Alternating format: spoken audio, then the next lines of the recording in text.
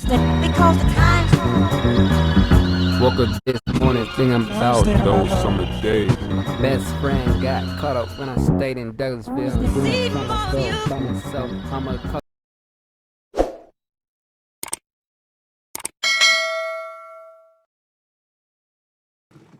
What's good, y'all? Welcome back to another video. So today, what we're gonna be reacting to the dark side of Kid Cudi's Man on the Moon 3. Let's get into it. Kid Cudi is one of those artists that's gonna live in history for his melodic sound and him being a dreamer. Yeah. Let's get into the video. Y'all be sure to like, subscribe. Shout out to Kid Cudi. I'm a huge fan. I want to meet him one day. Sponsored by Skillshare. The first 1,000 people to sign up with the link in the description will get 1 month of free access to thousands of courses. On December 11th, we were invited back into Kid Cudi's mind, his dreams, and his darkest corners. The album reads, "In the last 10 years, Scott has been through hell and back.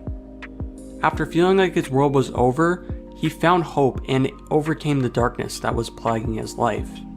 But happiness isn't forever. What he thought was peace turns into a nightmare. He finds himself lost, dealing with the same pain he had not felt in years. In one night, he must face himself again and fight to win back his soul from the evil Mr. Rager."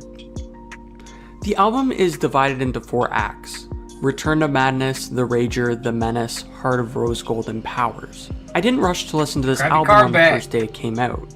Once I saw that there were different acts, I knew that I had to sit down and listen fully, then pick apart each act and song individually. It's that kind of album. There's power behind it, there's a story behind it. There's truly a human connection that comes with each Kid Cudi album, especially the Man on the Moon series and the completion of the trilogy. Beautiful Trip introduces the first act. Return to Madness marks the liftoff to Mother Moon. Curating an effective introduction was a must for this album, as it's a completion to the trilogy after a decade. With the notes and chord progressions holding the same kind of takeoff in the first album of the trilogy, especially mimicking In My Dreams. To give an album like this a psychedelic introduction is a given, especially when entering Kid Cudi's space. Being both powerful and influential, Beautiful Trip really does set the tone. With next to no lyrics and playing off just the melody of Kid Cudi's sound, really shows how influential he is and different to his peers. Beautiful Trip falls into darkness with tequila shots, alcohol abuse. Cudi didn't shy away from speaking about his toxic relationship with both drugs and alcohol. Tequila Shots acts like a real lyrical introduction and is also a macro state to Kid Cudi's career. Especially looking at the emotional roller coaster in junction with his past projects within the first verse, accompanied with the mantra, "Can't stop this war in me." As Tequila Shots fades out, the drinking and party binge continues with Another Day. It is important to understand that during the binge, we are brought with him to an episodic state of depression, which the lyrics mock throughout the song. Although he has been here before, he does not visit this space like he has once before. Hence the lyrics, "Thank God I saw another day," and "Nothing has changed in him," giving the whole idea that the old him is back, meaning that this is not his first rodeo.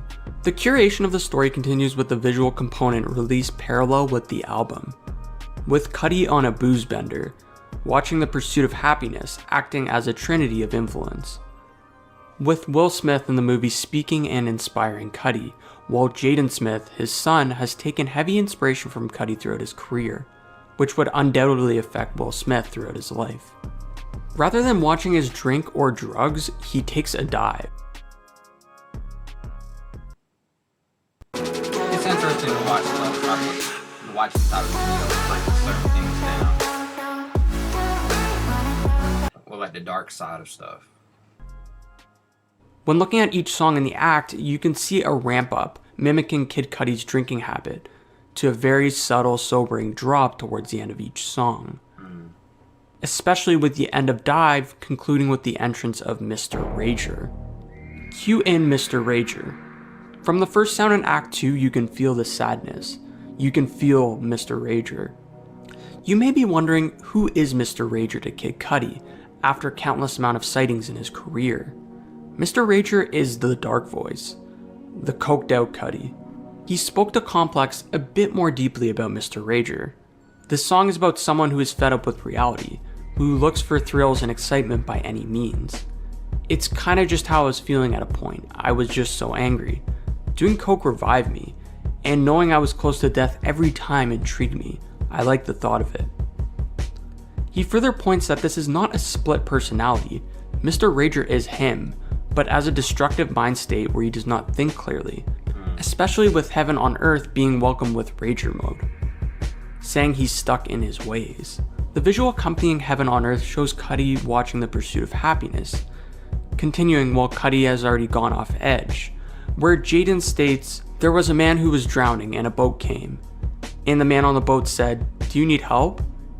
And the man said, 'No thanks, God will save me.' I remember this. Then another boat came and he tried to help him, but he said, 'No thanks, God will save me.' Then he drowned and went to heaven. Then the man told God, 'Why didn't you save me?' It's sad. And God said, 'I sent you 2 big boats to give you a second chance.'" Dummy.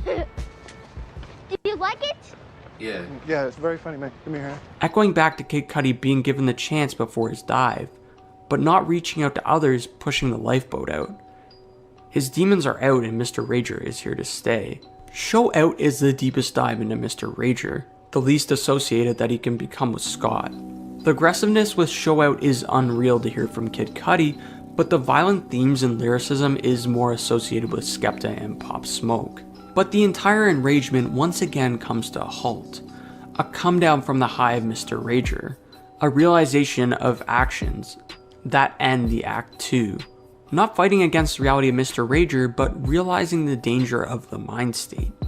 The third act holds the theme of isolation and reflection. Sad People is the dreams after being kept up from a come down. The reflection, the initial thoughts without holding back. The part where he was drowning but kept swimming, realizing there's a life raft, and there always was for him. Cudi streams deep down into his childhood by relating to the film Stand By Me, highlighting his childhood that every Kid Cudi fan is familiar with. His father's passing, his single mother, and being the youngest sibling of 4, frighteningly lost and alone. This is accompanied by a love-like ballad of September 16th, being his girlfriend Raquel's birthday. The first half of this act essentially highlights the 2 greatest things he can reminisce about: his family and his girlfriend, especially with the life goes by hook. After looking at others, he decides to look solely at himself, his mental health. The void is the deepest and darkest parts of his mind, but explored in a different light. Instead, this time with a brighter, more positive outlook among exploration, saying that his days are low, but he'll give it a try. He's seeing. I feel Kid Cudi because I'm the youngest. I'm alone a lot of times, and it's not fun being by yourself, especially when you just live with your mom. You know, you can say you have all this family, but your family's not there every day. And I don't like having selective, like, that hurts, because I be around my family the whole day, like, yeah, I don't live like this. Then I go back home, and I'm just like, fuck. But yeah. New things in his soul when sitting in his room all alone, diving into his mind gratefully with a bigger perspective, with the intention of healing, which runs onto the idea of love and me.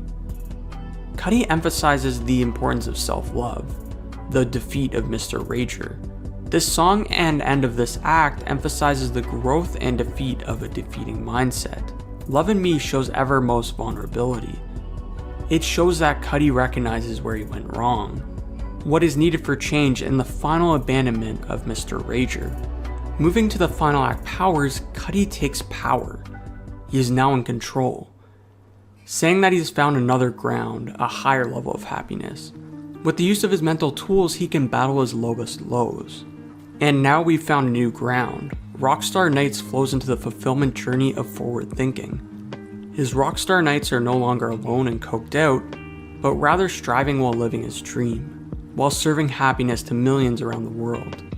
Understanding the effect that he has on his listeners is something that Cudi has always struggled with. Clearly accepting and moving forward with this thought now by saying flippin' millions serving feelings, where he carries that same thought over to For the Kids, a dedication to his fans, while creating a closing for the final act, where he expresses the mantra of him being with them, and that they're never alone. Once again, Cudi expressed to Zane Lowe that he never viewed what others saw in him. He did not grip the understanding of the influence that he had when he did such great things. For Cudi to realize this, his life and influence in a bigger perspective, shows his growth achieved from Man on the Moon 1. This album was about the defeat of Mr. Rager, but in reality there's no promise that he will never come back, as he likely will. But this time it's rather how he reacts to his lows, his depression, and his darkest points in his life. All of this reminds me of Mac Miller's Circles. Restarting your circle isn't actually a new beginning, because this time you have new tools to combat the dark side. Life is about growth, and we're lucky enough to go through this journey with the wonderful written lyrics of Kid Cudi. Thank you guys so much for tuning into this video. It was an absolute pleasure to analyze. Yeah. And I absolutely love this album.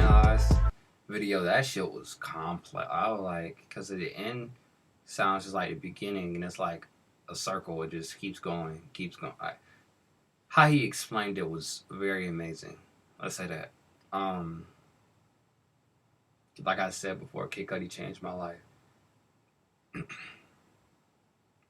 Kid Cudi is one of the reasons why I make music too. I like how he, I'm free as a bird. I wanted this all my life. Like you can hear it in his voice. Like that shit's so authentic to me. Like if you could do that, it's like hands down. I pray. I bow to you. It's like that's crazy to me. But yeah, that being said, be sure to like, subscribe. What's your favorite Kid Cudi song? All time, my favorite Kid Cudi song was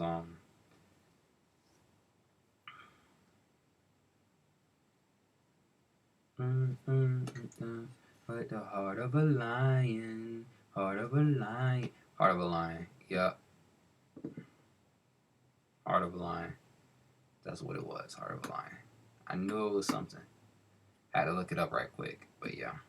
That being said, be sure to like, subscribe. Stay tuned to the next video. Love y'all. Appreciate y'all. Peace. I had to look on my phone to find the extra song because I know. Heart of a lion. Yeah. Peace. Mario the poet.